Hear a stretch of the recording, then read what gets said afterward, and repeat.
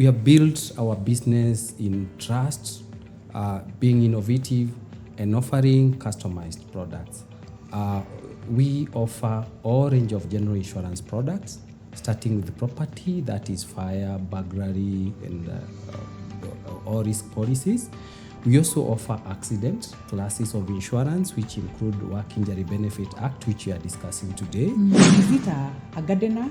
Is it a house help, house manager? Is it a watchman? Is it an office executive? Those are employees. They have a salary that you pay. You have a mandate. You're mandated under the act that you have to protect them, and you protect them against injuries, against death. Whatever happens while they are in the course of employment, that is falls under the employer to ensure that they are compensated and they are taken care of in case of the death or injuries, medical expenses that they can incur, and also in case they happen to die, there is also the funeral expenses. It's important for an employer to document claims as fast as you can. Because if you have a problem, a financial problem, you've incurred, it's a reimbursement policy. Why wouldn't you report? So we encourage our employers, we encourage our insureds to, or insurance company collectively, we recommend that if you have an injury at a workplace and you are able to document, recommend quickly, so that these are liabilities off our books. By being off our books in a manner of paying, once we pay, we close those files. So it should be as fast as possible, unless there are challenges. Hello, my name is Vivian Boaz, and welcome back to another episode of the EHS Unplugged podcast. Now, in this episode, we're going to talk about the Work Injury Benefits Act insurance. I'm in studio today with one of the companies. In fact, it's Kenyan owned, a company that is offering this service here in the country. But before that, we'll do a public announcement. One of the social events that we are running as EHS Unplugged podcast is the OSH Quiz Night. This is an annual event that happens every June, the last week of June. This year, that falls on the 26th of June, on a Friday, from 7 p.m. to 11 p.m. We are charging 3,000 Kenyan shillings. We have open slots for exhibitors. And if you're a company who wants to collaborate with EHS Unplugged podcast on this, you're highly welcome. Please reach out to us. Now, let's jump straight into this episode. Now, I'm joined here by the business development manager from the company we're interviewing, but I want him, first of all, to introduce himself, because if I do it, I don't think I'll be able to do him justice. So, karibu sana. Thank you, and welcome to Geminia, and thank you for having me. My name is Robert Karanja, a senior business development analyst at Geminia. Thank you. Thank you so much, Robert. So I said manager, he's an analyst. What is the difference between manager and analyst? Manager is different. Analyst is not management. Yes. Okay. I hope you guys also got that. So, Robert,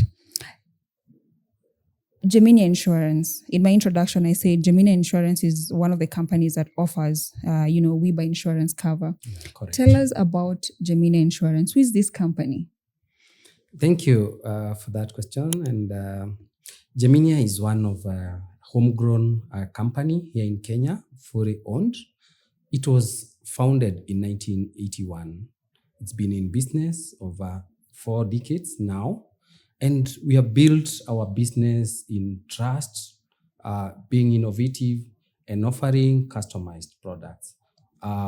We offer all range of general insurance products, starting with property, that is fire, burglary, and all risk policies. We also offer accident classes of insurance, which include Work Injury Benefit Act, which we are discussing today. We also offer personal accident and also liability cover for individuals, for businesses, and also for corporates. We also do the aviation and marine. We are actually also in business. We do drones insurance. We do travel insurance, wherever. We cover a whole sort of insurance that make sure that you are never exposed to any risk as an individual, or a corporate, or even non-governmental organization. We also offer even public, the government and parastatals. We offer motor insurance. We offer group personal accident. We offer Work Injury Benefit Act. So it's a basket that is full of all the products that you require in general insurance. Geminia, we really want to give our clients peace of mind. Peace of mind, we want you to focus on what matters to you. You leave the risk to us. We manage, we ensure that whatever is it that you have, be it even your home, your phones, your laptops, and all those that are also your loved ones, we need to ensure that they are okay as you continue to focus with what you do in your day-to-day business. Now, Robert, something you said that really caught my attention, because in Kenya, I think around 86% of Kenyans are employed in the informal sector, which means a majority of workplaces in the country are in the informal sector. So for the SMEs, we call them small, medium enterprises. Yes. So do you also cover those guys? Correct. Actually, we have a product that is specifically designed for SMEs. It looks at those small businesses that the risk that they are exposed to. It has various sections where the client is supposed to actually select depending on the nature of business that they are in.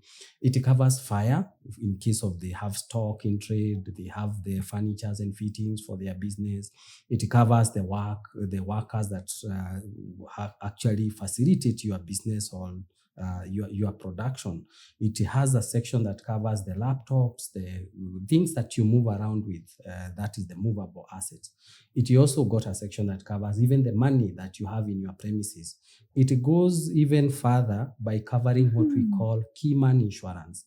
Keyman insurance is where it gives a cover to the founder in case for succession, in case of a death or an injury to the founder of this business, the business should continue. So we have a very specialized product with very, very affordable rates. Yes. So this is also, we can also extend to terrorism and political violence, which means that you are fully covered, even as what we have been seeing going on in the country. So does that also include disasters? So like when, what do you call it, drought, heavy downpour? Yeah, that one would look at it from a flooding perspective. Floods like we have been experiencing in the country. We have seen so many business swept away by floods. Flood is one of the peril, or that it's one of the risks that is covered under fire policy. So our fire policy extends to cover flooding, even the motor vehicles. Some people have businesses. We have seen businesses downtown Nairobi whose garages that vehicles have been flooded inside there. So we take care of that. Yeah. So, Robert, I want to take you back. I'm very passionate about the informal sector. And you said you have a package that's targeting the SMEs. Now, for the SMEs, what do they need to have in place for you to be able to work with them or support them in this journey? Actually, what they need is just to talk to us.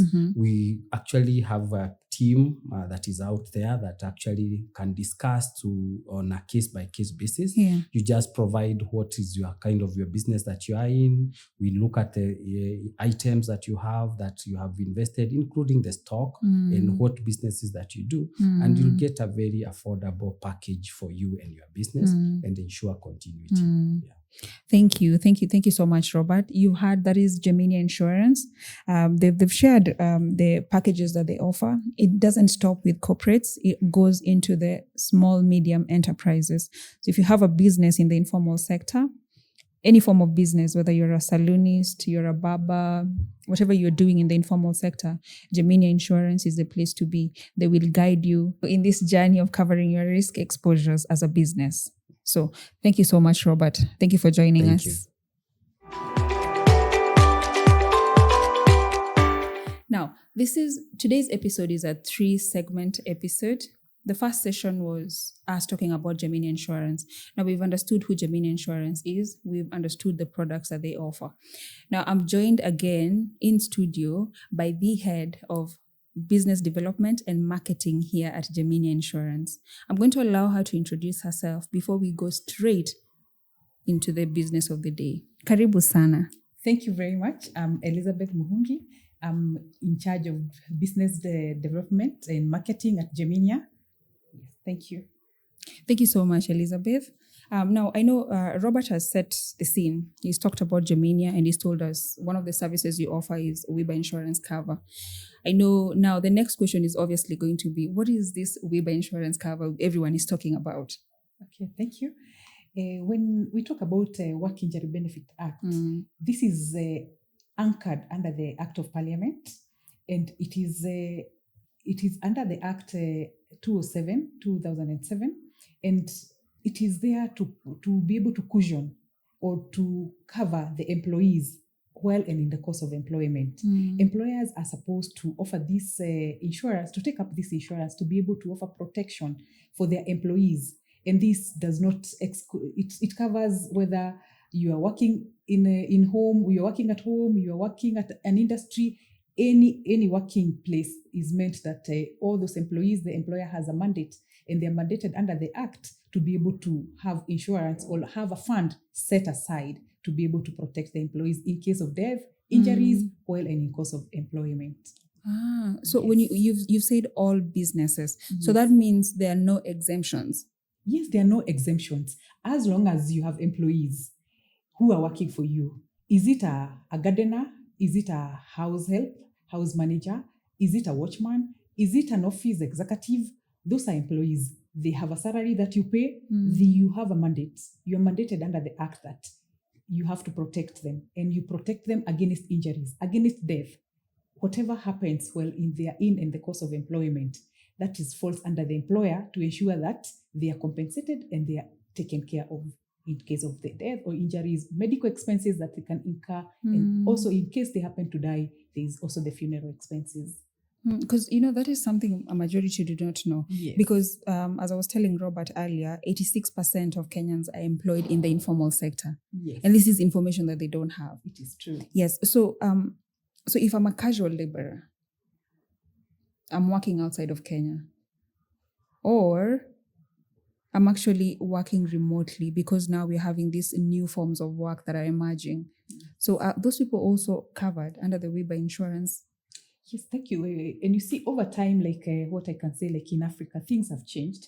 We never used to have different working setups. We only used to imagine a working setup is in an office. Yes. But now we were taught, and I think the lesson came especially after COVID, where people had to come up with ways. Even in schools, people now became very innovative, and you can be able to interact, work from anywhere, remotely. Is it is it at home? Is it at a cafe? Anywhere, as long as you have the net and you're able to connect. So that is workplace. That is workplace as long as you're working on what your employer has mandated you to do. So if you're working under the instructions of your employer, it is regarded that you have to have the WIBA that is protecting you in case anything happens to you. Whether it is at the comfort of your home and you're working under instructions of your employer, or in regards to your work that you ought to work in the office, it's only that it's a building that you do not have, but what you're doing is the work that you always do in the office. So you should be covered. And what about when now you're seconded to go outside Kenya? Yeah. What happens? You ought to be covered. You ought to be covered because you have been seconded there to go and do the same work that you have been doing. But now there is some regulations and registrations to the country that you have gone. So the Work Injury Benefit Act is going to cover you up to a period of 6 months. Because we believe after 6 months, your employer now should be looking like this one should be now permanently get deployed here. Yes. And why do we limit 6 months? Why we say 6 months, it's because now we assume that after 6 months now, you either get a permit to work in that country. And once you do that, there are different regulations than the country that you're coming from. So you ought now to be able to be registered there. Their work health and precautions for that country you have to adhere to. And now we can only have you covered up to 6 months. Beyond that, now you have to take a cover within the country. The employer has to take a cover within that country that they have seconded the employee. Yes. For casuals and people working on construction sites, you're working there for, you go there daily, but do you get a pay? After that daily work you do, yes, you get a pay. Do you have exposures? You have risk and exposures. Yes. And who is responsible? It is the employer, because you are working for them, and the risk and exposures, who are they facing? They're facing the employee. So whether you are casual, whether you are on permanent basis, whether you are working on to be able to get, as long as you're getting a pay and you have instructions from an employer to be able to do what you are mandated to do, you should be covered. If the employer decides that they do not want to give you that cover, then they have to set up a fund. And this fund, it is expensive. How many business people have the money to set aside? And it's not small money, because in case of death, how much is an employer ought to, as the act? They should be paid 8 years of their earnings. And I'm sure people ask me, I'm a casual laborer. Yes. And I only work for 3 days. I work for 2 days in a week. As in when I am able to get that job, am I supposed to be covered? Yes, because we are going to take the days that you work in a week, we multiply by month, we multiply by 1 year, then we multiply by 8 years. That is what is going to be your benefit in case of death. That is what is going to be a benefit in case of permanent total disability. So anyone, as long as they are working for an employer and you have set up a company, you have set up an organization, you have set up a factory, and you have employees who come to your place, whether on casual basis, whether on permanent basis, they should be covered. Yes. So just on that, because I know a majority of casual laborers, even the ones who work remotely, don't have this information, because in most companies, this is handled by the employer. So they're not even privy to the details of the WIBA insurance cover. Yes. So what advice would you give to someone who's going into these workplaces to work, either whether it's temporary or it's on a permanent basis? What do they need to look for? Can they ask the question of, you as my employer, do you have WIBA insurance cover? I know, especially here in Kenya and even across Africa, where we know we have got so many people who are unemployed. And when everyone is walking into an employment, and one of the things that you're first looking at is to earn. You are looking for that pay to be able to meet your daily needs. And you'll find most employers do not even encourage, or they do not guide. You're not given an employment guide where it is telling you are entitled for 1, 2, 3, and 4, and including all these benefits. The most important one is your benefit in case you get injured here. Like even the house managers, how many are aware that they are entitled for this? None. So it's a tall order, because when we say that we leave it to the employees to ask what they are covered for, it becomes a little bit very difficult, because they might be told, are you looking for the benefits, or are you looking for the daily pay that we need to pay you? So I think this requires a lot of collaboration within the OSH, within the act itself. How do we communicate this? How do we make sure that one of the first orientations employees, especially the people going to on casual basis, on going to this construction site, how do we make it compulsory that, one, they have got the right gear, for them even to start off the work. Then the other thing, they have to be oriented about their safety at work and the benefits that they are entitled to. Not to, we wait and because you'll find the basic one they know is the first aid they normally get when they get injured there. The second one is the little, if they are very fortunate, maybe the factory they're working, there's a clinic inside there where they normally rush for first aid. What about if they get a permanent total disability, or in case they die? Do the beneficiaries know that their relative or their person was supposed to have had some cover or some benefits which they can be able to get, to be able to get cushioned for what that employee was getting from the earnings? So how do we do that? I think this is something that we have to work closely with the stakeholders. We work closely with the OSH. We work closely with the relevant registrations in the government, and even insurance as an industry, and even through our associations, the ACI. How do we come up strongly, even through IRA, which is our regulator? How do we come out clearly to be able to make sure this communication is known? I think a lot of engagements are required. A lot of awareness is required, because if you're not aware, you cannot claim what you do not know about. So I feel that awareness is required, and how the communications and how do we handle it. Because if you leave it to the employees will just take what they meet. They'll be concerned about their pay. Not so many people will ask about this benefit, because what is at the top of their mind is to get that job. Yes. That money. Yes. Because Elizabeth, honestly, I remember my first job. I think I was being paid 25,000 Kenyan shillings, and it was being sent on M-Pesa, so I wasn't being taxed. But I don't think back then less than 30,000 is not taxed, right? Yes. But that was my first salary, and back then the only thing I wanted was to gain experience. Yes. I never bothered to ask about WIBA insurance cover. Yes. And I imagine that's the case for a majority, even the ones who are in corporate. Even in corporate, yeah. Yes. Because there are also companies in this country who don't know about WIBA insurance cover. So many. We cannot leave it and say it's only on the informal sector. There's a lot of gap. And I think that is why the penetration of insurance is becoming a challenge in most of the African countries, because even what we need to implement and even what need to safeguard. And when you look, and we can even bring in the issue of sustainability. Yeah. When you say about sustainability, you're looking at the social aspect in it. The social aspect is where, what impact does it have to the employees who are stationed at a certain workplace if they're not able to earn their daily bread out of an injury that happened at their workplace.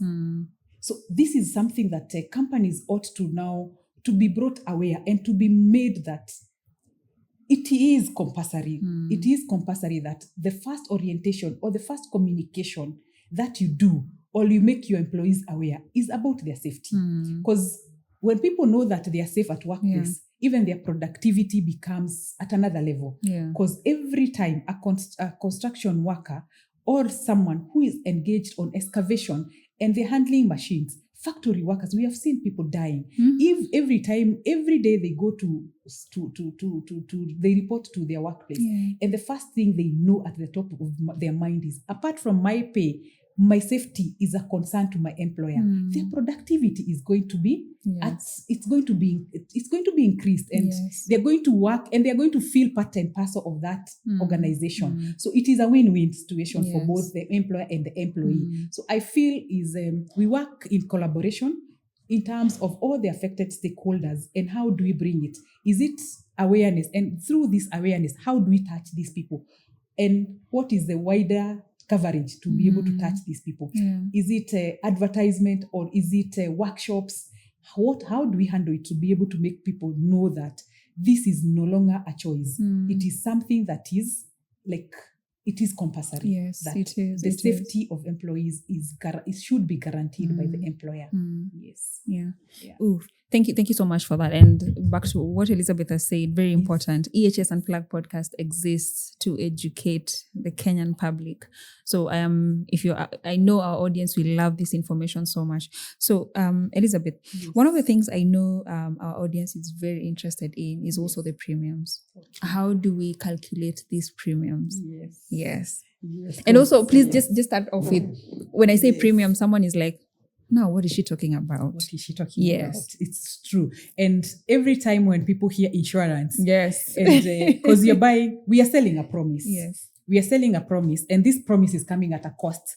And the benefit of the promise will only be experienced when there's a claim. So what is a premium? A premium is that consideration that we normally ask our client or the insured coming to us. When you're buying the product from us, it is that amount that you pay us. And for sure, it can never be equivalent to the risk. And most people know about motor vehicles because of the compulsory, you have to have a third party insurance on the road as cap 4 or 5. But any insurance that you're buying, the premium aspect is that money. It's like there you go to a shop and you buy a good. There's what you pay for that. There's that price. So premium is the price you pay for the insurance cover that you're buying from an insurance company. To be able to be covered, and that cover has outlined benefits that it outlines.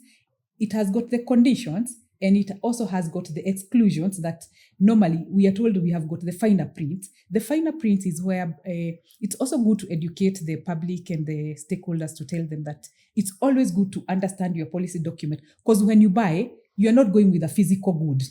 Whatever you're going with is a policy document. And the policy document is what is going to guarantee or guide when there's a problem, when a claim comes up. So when you buy cover and when you pay this premium, always say, what have I paid it for? What am I covered? What is this that I've paid for? What are the benefits? And in case of a claim, what am I going to come to the insurance company and ask? Is this payable? Understand it from the onset. At the point you're paying that premium, understand and ask questions. Yes, I've paid premiums for this cover. If I've paid premiums for my employees, what are they covered for? And what are they excluded? What am I supposed to do as a client who has paid these premiums? So the premium is that price that you pay for any insurance cover that you're buying.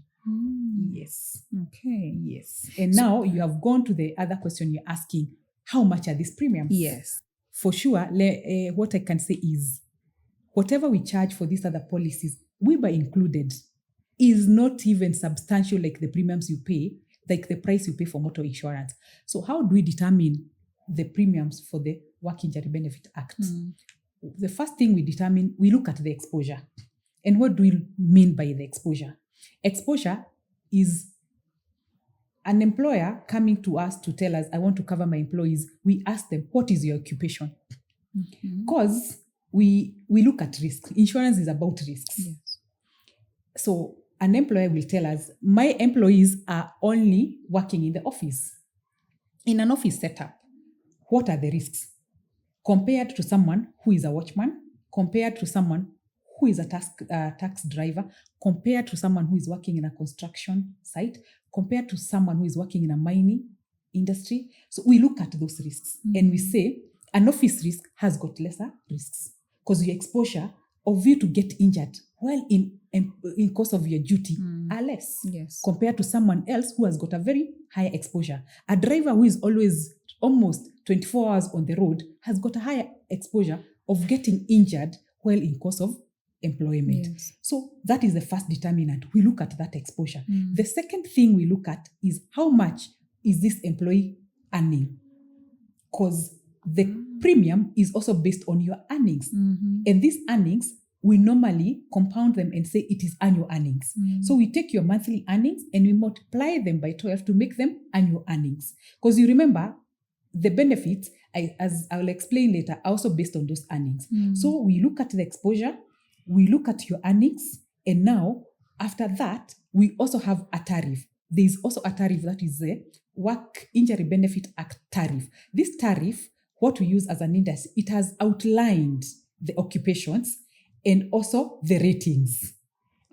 Where, for an example, the tariff says an office employees, the premium rate is 0.693%. When you look at a watchman, we are going to say it is a rate of 8.4%. So you look at the difference. The difference between an office and a watchman, it is because of the exposure element of it. That is why the rate is going to be higher for a watchman than the one for the office office employee. So use that rate and we now calculate it against the annual earnings of that employee. Then we arrive at the premiums, which is the price that we're going to tell the employer, these are your premiums. Then you have 20 employees, we check each employee as per their occupation, we apply the rate depending on their exposure, and now depend on their annual earnings, and we arrive at the premiums that are payable for that policy. Yes. So this is, maybe this might be outside of today's conversation or topic, but what of companies that they are in a high risk industry, so higher exposure, but they have fewer employees. So say they have up to 10 employees. Are they still required to have the WIBA insurance cover? Yes. I had explained earlier, even that employee you have in the house manager is one employee. You have, maybe if you're fortunate enough, you can have a gardener, you can have a watchman. Yes. It doesn't matter whether you have one employee, whether you have two, whether you have 3 employees, or whether you have 100 employees. As long as these employees work for you and at the end of the month, you pay them a salary and they have exposures that they can get from your workplace, you have to cover them. It doesn't matter the number. Every employee who is working for you, whether it is in the house, whether it is at the office, whether it's an industry, they have to be covered under the Work Injury Benefit Act. Or you set aside a fund for that when they get injured or when they happen to die in course of employment, you'll be able to compensate them. Yes. This is really good information. Yes. And I hope our audience, when you get to watch this episode, please apply. Now, I know the Work Injury Benefits Act of 2007 is very clear on what the consequences are. Personally, I hate talking about consequences because I want this to be, it's a continuous improvement. It's a journey. We work together with Geminia Insurance to get us to the end goal. Yeah. But what are the consequences? What does the Act say about the consequences of non-compliance? If you have got no insurance that you have taken for your employees, then you have to have a fund. And why am I saying there are consequences? If an employee, unfortunately, they get to die out of or in course of employment, you are entitled to pay them 8 years earnings, an amount equivalent to their 8 years earnings. So just simple mathematics. Just assume an employee earning 100,000. Multiply by 12, 1.2. Then you multiply by 8. That is what they're entitled for 8 years in case of death, in case they die while on duty. And even to make it further that to emphasize on how the consequences are very tough. When they get permanently disabled, they're also entitled to 8 years. Because the Act assumes when you're permanently disabled, you're not in a position to go back to the same self you were before the injury. So you're also entitled to 8 years earnings. Then there's also temporary total disablement that is also covered under the Work Injury Benefit Act. In case you are out of work for a certain period, you're also entitled to be able to be compensated. The employer at least enjoys this compensation because out of that, if they have been able to let the employee go, temporarily, they're able, that benefit normally helps them in case they have brought another person on casual basis to be able to assist and do the work that the employee was doing. Then we have got the medical expenses. And the Act says reasonable medical expenses. So the employer is mandated to be able to take care of the medical expenses of the injuries that occur to the employee in course of the employment, up to reasonable. And you see, legally interpreting reasonable, they can be up to a tune of 1 million. Yes. They can be up to a tune of 500,000. Then there are also funeral expenses that you are mandated. If employees dies, you are mandated to pay them the death benefit and also to take care of their funeral expenses. If you do not take up an insurance, the law is very clear that you have to have set a fund to be able to do those compensation. So are you going to concentrate on your business, or are you going to be able at least let insurance take that? Let insurance take care of your worries, and you have the peace of mind to be able to continue with your business. Yes. So that is why it is always, and the premiums you pay, they can never be equivalent to the fund. No.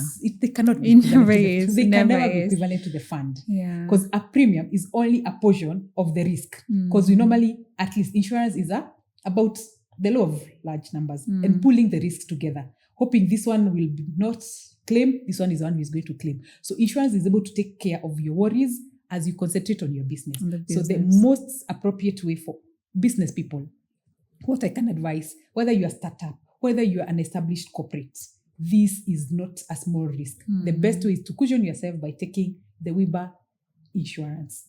Take the Work Injury Benefit Act insurance to be able to make you concentrate and grow your business. And let insurance, let Geminia or us take care of that. Handle the rest. Let us handle the risk and as you concentrate on your business. And it's the best company to handle this for you. So please reach out to Geminia Insurance Company Limited.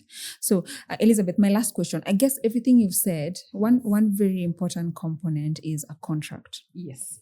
every employee has to have a contract. We've had so many cases in Kenya where people do not have contracts. Yes. They receive their salaries for up to 6 months, or some of them even 2 years. Yes. Until one day you realize when you're dismissed or when you start this claims process, and you realize you're not formally employed by this It's true. business. Yes. So maybe just a comment on that to employees, Kenyan employees out there. Yes, it is true. Very important having Very a contract. important. Yeah, thank you so much. And it is a question where now the blame can come to the insurance company when you're asking for those documents, whereas you didn't even have them in the first place. And they can look tedious because you didn't do the right thing from the beginning.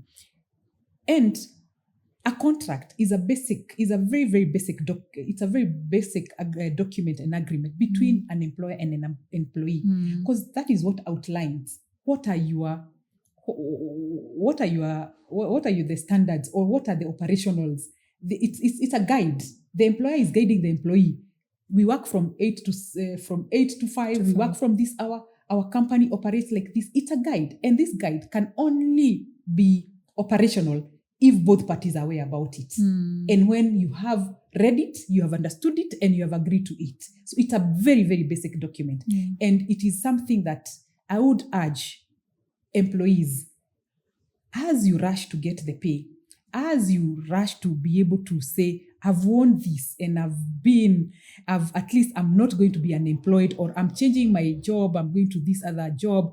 Please, one of the very basic documents that you can always ask from your employer is a contract, because that is what is going to guide you on your terms of operation. And that is also going to be your fallback in case things do not work out. It might not even be an injury. It can be some disagreement that you have had between you and your employer. How do you settle them if in the first place you didn't have a contract? What is going to be presented in law? What is going to say, for sure you're employed by this person? And also the payment, I'm sure there has to be a pay slip, because these are some of the documents, as my colleague will be coming in and explaining about the claims documentation. What are the documents that you're required to have as the claim is being processed, even from the employer, even for the safety of the employer, to be able to know you didn't pay the price as we had discussed earlier, and then your claim cannot be settled. There has to be a pay slip. A pay slip is just an evidence that there's a consideration that you pay to your employee at the end of the month. It must not even be at the end of the month. There are people who are paid weekly. There are people who are paid daily. But there's a contract guiding that your consideration out of the work that you do for me is a daily payment, is a weekly payment, is a monthly payment. And on top of that, there's a pay slip. There's something that is sent to you to show you. And even there's some statutory deductions that happens. There's NHIF, there's NSSF. How do you know whether those deductions are being done? Now we have the house levy. And we have the house levy.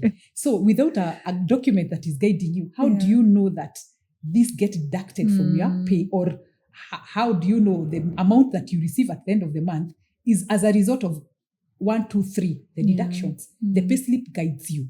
So what I would urge the Kenyan employees, or all of us, as we every day wake up to go to our hustles, to go to our workplace, before you start any job or engagement with your employer, please ensure you have a contract. And at the end of the month, it's always good to ensure that you have a document that outlines how your the pay that you got in your bank or how you get paid was tabulated. Because those are the basic documents that will be asked in case we have to process the Work Injury Benefit Act claim. Thank you so much, Elizabeth, for taking us through this second segment. I know me and my audience, we've learned so much about the WIBA insurance cover now, what it covers, who it covers, the businesses that are covered in it, but also how to calculate the WIBA premiums. We truly appreciate. Thank you so much. Thank you so much. And we look more to having more engagements so that we can continue educating people in the importance of having insurance. Asante sana. Asante sana. Thank you.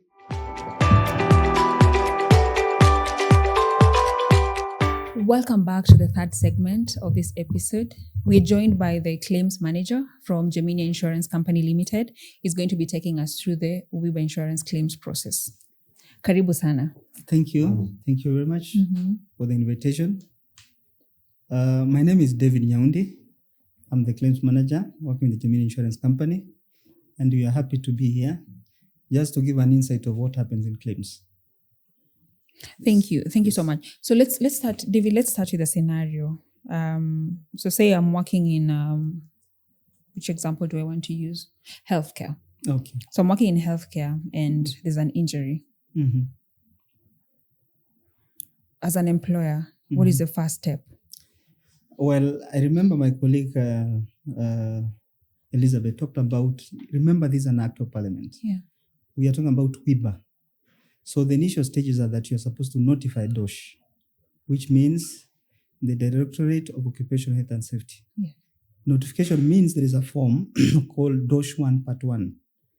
All employers in Kenya, they have a portal. They must be registered with the DOSH office. So you must have a portal where you notify that office about a particular injury at your workplace. Remember, if you do not do that, it's an offense. Because there is it's a legislation. Yeah. And that's why it's called the Work Injury Benefits Act 2007. Yes. So you must comply with that. Yes. So first is to notify the DOSH. Once you've notified the DOSH, of course, there is a collective of things that you need to do. But in summary, is that once you notify the DOSH office, because now there are duties and obligations which are actually bestowed upon the employer, whereby under section 45, 46, and 47 of the same act, it actually requires that you must undertake what we call the medical aid. Those sections, they actually informs us that you are supposed to, if an employee, for example, is a casual, you need to undertake the first aid. You must ensure that the first aid has been taken for that particular injury. And then if there will be need for conveyance of that injured person to the hospital, you must facilitate. And then 3, that's under section 47, I think, that you're also supposed to defray reasonable medical expenses. By defraying medical expenses, I mean you must be able to cater for. Yeah. Because you see now, if you have taken someone to the hospital, who pays? The question now that is pegged, now that I'm in the hospital, who pays for my bills? Because remember, I've been injured while I'm working for you.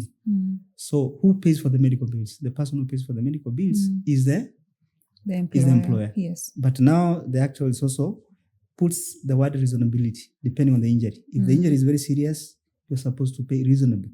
Reasonability is a question of you determine reasonably.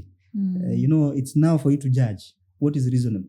If someone has lost a hand and the bills are about 10 million, how much can you pay? Yeah. Is it 5 million, 6 million? So if you pay 6 million, who pays the balance? So reasonability, it means that it must be fair, justifiable.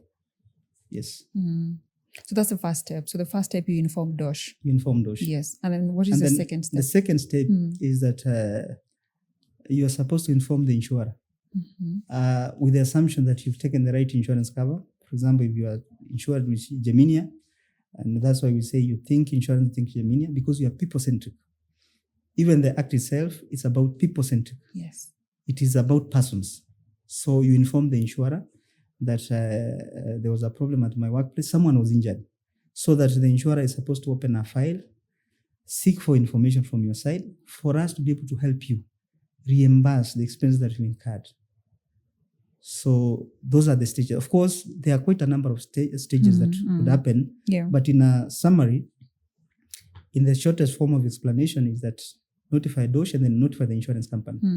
We'll seek for information, the documentation and all that, for us at least to know that there was a claim. Remember, insurance is a contract. Yes. So you also need to comply by reporting to us that there was a problem, there was an injury, we empathize with you, then we ask for information. And then from there, we can start the process of figuring out how do we reimburse.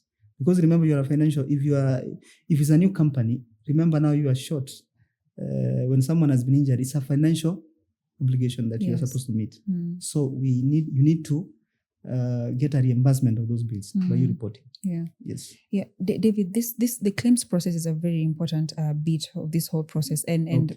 a majority who handle this within workplaces in Kenya really don't understand it. Okay. So I wanted you to take us really through that claims process from start to finish, including the documents that Including the documents. whoever is handling this, what documents should they have in hand as they start the process? Well, WIBA is these are some of the simplest claims that you can ever deal with. And when I say the simplest form of claims is that remember you're insured elsewhere. I assume that the claimant is insured. They do not have they are not self-insuring the risk. So Geminia, for example, in our case, Geminia Insurance Company will require that once you notify the DOSH office, there is a form called DOSH 1 Part 1 and 2. That form has information that relates to the employer, the employee. It actually gives details of the person who has been injured and the employer. Yeah. And then Part 2 of that form, it has the medical information, which will help the DOSH office to compute the compensation. The form that comes after the DOSH 1 Part 1 and 2 is called the DOSH WIBA 4 form. It's a demand for compensation. It actually has the amount. Elizabeth talked about death, PTD, TTD. Those are some of the benefits. So depending on the type of claim, assuming it's a death claim, DOSH will compute that claim on the DOSH WIBA 4 form.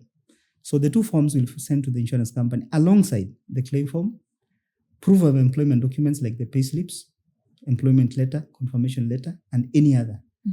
And then you require the medical report. Remember, if someone has been injured, it goes without saying that person must have gone to the hospital. Yes. So you will send to us the medical report, medical bills, statements, just to give us an insight of what really happened. How did it occur? Because you see now, there are situations where you might find that maybe it was not an injury. So when we read through your statement, you should be able to align or check the consistency of the medical documents with your statement. So I've said the DOSH 1 Part 1 and 2, DOSH WIBA 4 form, the claim form, statements, medical reports, medical receipts, and any other. We do not limit to that. Maybe there are x-rays, there are treatment notes that you would want to give us. So those are welcome. Yeah, but there are about 8 of them. Yeah, and so is there a timeline for submission of these documents? Because I know the WIBA itself is very clear on how to the timeline. If it's a death, 24 hours. Yes. Now, when you talk about 24 hours, those are the notification period that you're supposed to notify the DOSH office within 24 hours. Remember, they have a portal. If someone dies in your premises and you've not been able to report a claim within 24 hours, then the portal closes. Yes. For the ordinary injuries, which is not the non-death, non-fatal claims, you're supposed to notify the DOSH office within 24 hours. So, but for the purpose of documentation, remember we don't keep our files open indefinite. You're supposed to document, WIBA is a long tail.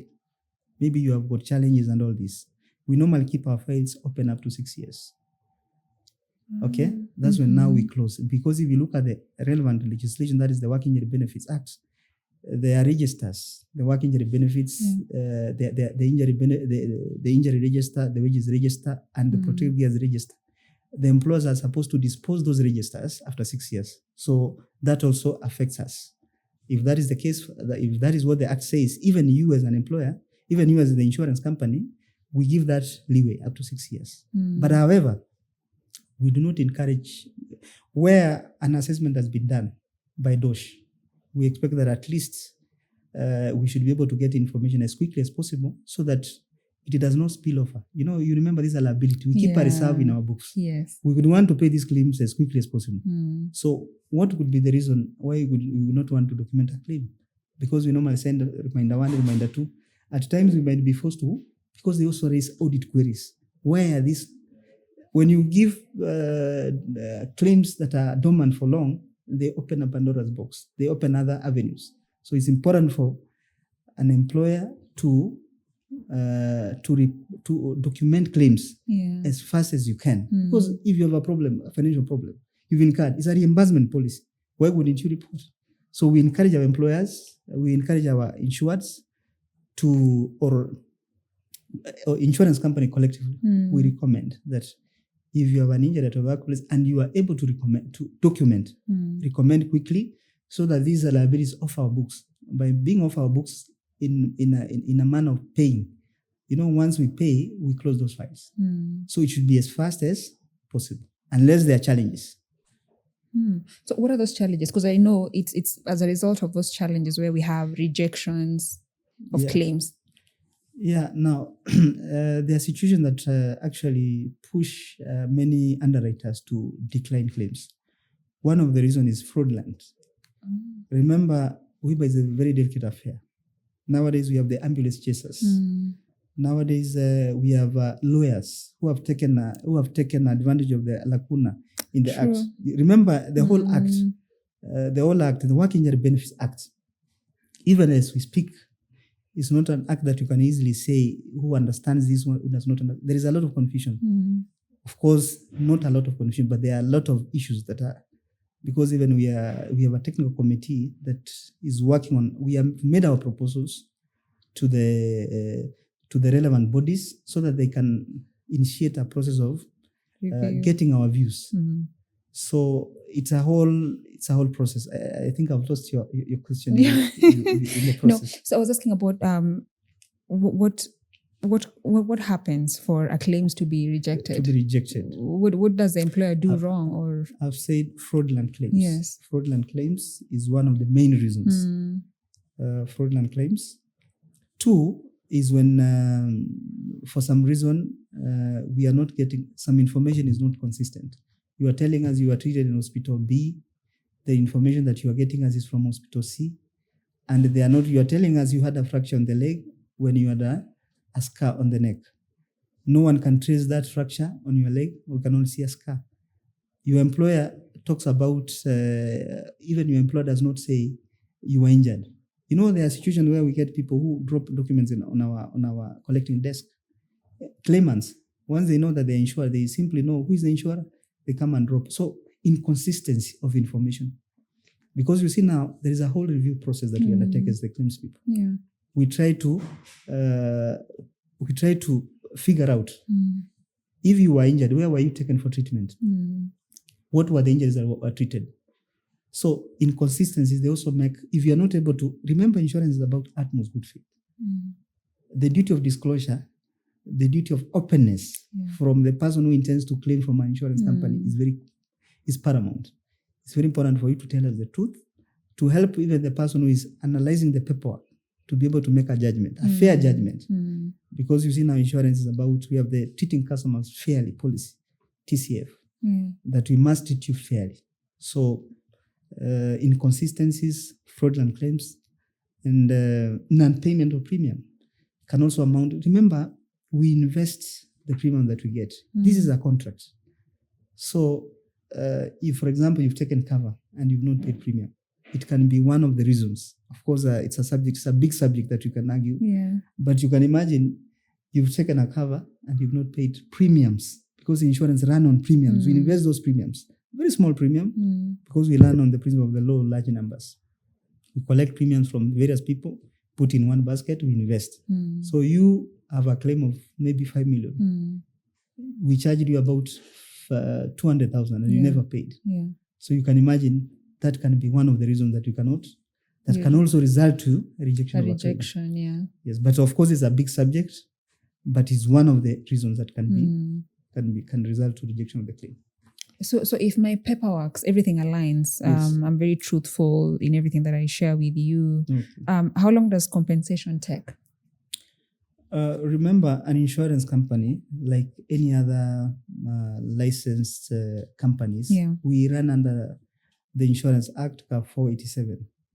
And that particular act says under section 203 that an insurance company, from the time of documentation, from the time of full documentation, you're supposed to pay claims within 90 days. That's the law, 90 days. So those are 3 months. However, in our case, Geminia, because we are people-centric, we've reduced that period from 90 days to 21 days. As we pay claims within 21 days, we do not wait for the period unless where circumstances are beyond us. Like now in the case of, what was it called? That disease that came that came in 2020, when people could not work. The COVID-19. When you are locked up, you cannot work, But ordinarily, the law says you pay claims within, under CAR 487, Section 203, you pay claims within 90 days. As I've said, Geminia Insurance Company, we ensure that your claims are paid within 21 days. And we keep our word. Yes. As David said, think insurance, think Geminia. Yes. So, David, let's come back to technology. Last year's World Day for Safety theme set by the ILO was around technology and AI. So for insurance, how is it improving claims management? Or maybe it's not? Yeah, technology has really been very beneficial to this particular sector, is that we can now monitor trends. We can be able to monitor trends. Remember, insurance company, we all have an actuarial department. Remember, we also do forecasting. The number of things that we do, setting a premium, looking at the risk profile. So it assists an insurer to also look at trends. Which particular area are we having a problem? Are they injuries from factories? Are they injuries from the transport sector? Are they injuries from hospitals? So that we're able to give some risk recommendation measures. Because now with technology, it can be able to highlight and pick and say there are trends. We have noted that there is a number of, we have an influx of claims coming from factory settings or factories. Two is that it has increased efficiency. In our case, not even AI, we embrace WhatsApp. You can report a claim through WhatsApp. You can report a claim through email. There is one of our very good broker who does not do emails. He only communicates through WhatsApp. So that is technology, and we accept that as a formal way of communicating. Because you see now, it's about business. It's about the people. We must connect. With now a whole inclusion of AI, I think the future is bright, especially on matters of efficiency, trying to look at the risk itself, understand. AI gives you even the risk location. You can be able to, if someone says he's injured today in Nakuru, and with the AI, now with the phone technology and all that, because nowadays no one walks without his phone. Now with AI, you can be able to locate that person. Where were you injured? Because and that's what I was saying. When someone is trying to be inconsistent, you're telling an underwriter that you got an injury, maybe in Nakuru. You had a road accident. You were driving and you were injured when you were injured in Nairobi. So that kind of understanding of technology has really brought a lot of insight in terms of efficiency. Yeah. Yes. Thank you, David. So as we come to the tail end of this conversation, think of a startup, a founder out there right now who's in the process of recruiting as Geminia Insurance. What kind of advice would you give them? A startup, I presume you're referring to a new company that wants to set up a business. Yes.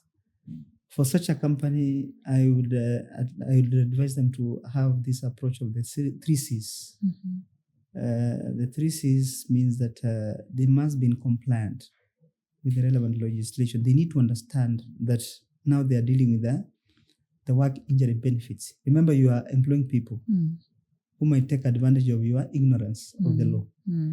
You need to know that you need to maintain some registers at your workplace. Some of these registers include the attendance register, the injury register, and the protective clothing gear register. You need to register with the DOSH as well. As a new startup, you also need to have the right cover. When we talk about the right cover, you need to understand, my colleague talked about 8 years. Yeah. That if it's death or PTD, you can only be paid up to 8 years. What if you go to an underwriter who gives you 3 years? Are you compliant with the law? You are not. So you need to get people who understands, whose cover aligns with what the law says. So for such a startup, we'll tell them to embrace, to have a safety